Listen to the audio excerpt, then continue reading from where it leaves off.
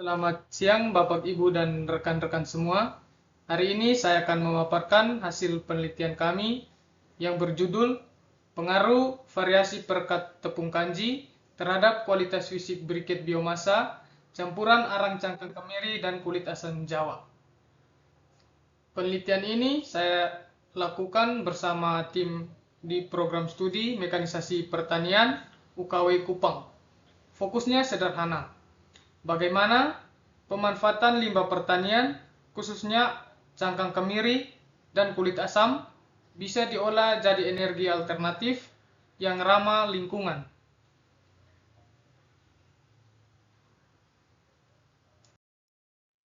Latar belakang. Kita semua tahu kebutuhan energi terus meningkat. Sementara sumber energi fosil semakin terbatas.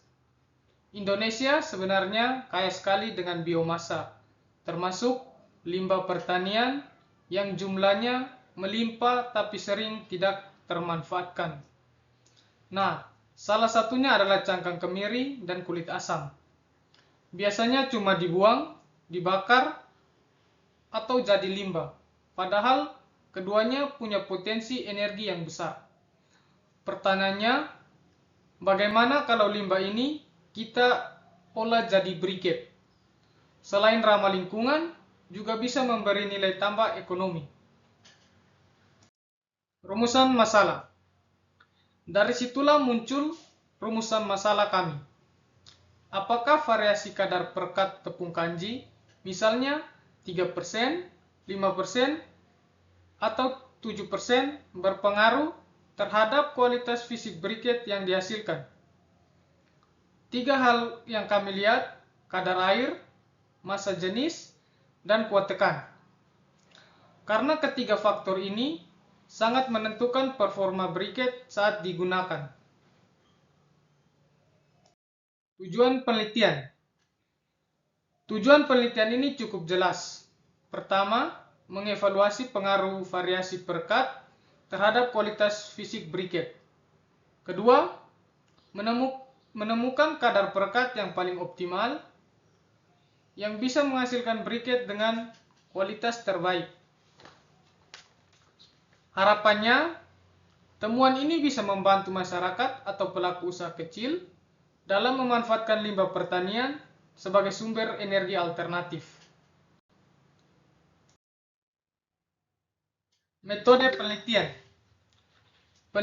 Penelitian ini kami lakukan di Laboratorium Teknik Al-Sintan UKAW selama bulan Juli sampai Agustus 2024. Metode yang kami gunakan adalah rancangan acak lengkap dengan 3 perlakuan. Perekat 3%, 5%, dan 7%. Masing-masing diulang 8 kali. Jadi total ada 24 sampel. Data kami analisis dengan ANOVA, lalu dilanjutkan dengan uji DMRT untuk melihat perbedaan antar perlakuan.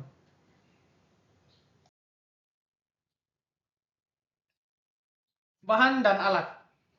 Bahan utama yang kami gunakan adalah arang dari cangkang kemiri dan kulit asam, lalu dicampur dengan perekat tepung kanji. Alatnya meliputi mesin penghancur, ayakan, cetakan briket baik manual maupun hidrolik, serta alat ukur seperti moisture meter dan force gauge. Semua alat ini kami gunakan agar proses dan hasil pengujian bisa konsisten dan akurat. Prosedur penelitian. Secara sederhana, prosedur penelitian kami adalah: pertama, menyiapkan bahan dengan cara dijemur, dikarbonisasi, lalu digiling dan diayak. Kedua, membuat perekat kanji, lalu mencampurkannya dengan bahan sesuai perlakuan. Ketiga, mencetak briket, mengeringkannya selama 14 hari, dan terakhir, menguji kadar air, massa jenis, dan kuat tekan. Hasil kadar air. Hasil pengujian kadar air cukup menarik. Nilainya berkisar antara 6,23% sampai 6,48%. Artinya, tidak ada perbedaan yang signifikan antar perlakuan. Dan yang lebih penting, semua nilai ini sudah memenuhi standar briket, yaitu di bawah 10%. Jadi, dalam hal kadar air, variasi perekat kanji tidak terlalu berpengaruh. Hasil massa jenis. Untuk massa jenis, hasilnya berbeda. Perekat 7% menghasilkan massa jenis tertinggi, yaitu 0,7589 gram per cm kubik. Nilai ini berbeda nyata dibandingkan dengan perekat 3% dan 5%. Kesimpulannya, semakin banyak perekat, struktur briket semakin padat. Briket yang lebih padat biasanya lebih stabil dan lebih baik saat dibakar. Hasil kuat tekan. Begitu juga dengan kuat tekan. Nilai tertinggi ada pada perekat 7%, yaitu 18,67 kg per cm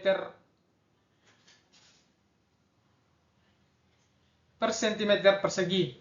Lalu perekat 5% sebesar 12 kg per cm persegi dan perekat 3% hanya 7,67 kg per cm persegi. Artinya, semakin banyak perekat, semakin kuat briket menahan tekanan. Ini penting, karena briket yang kuat lebih mudah disimpan, diangkut, dan digunakan tanpa cepat hancur.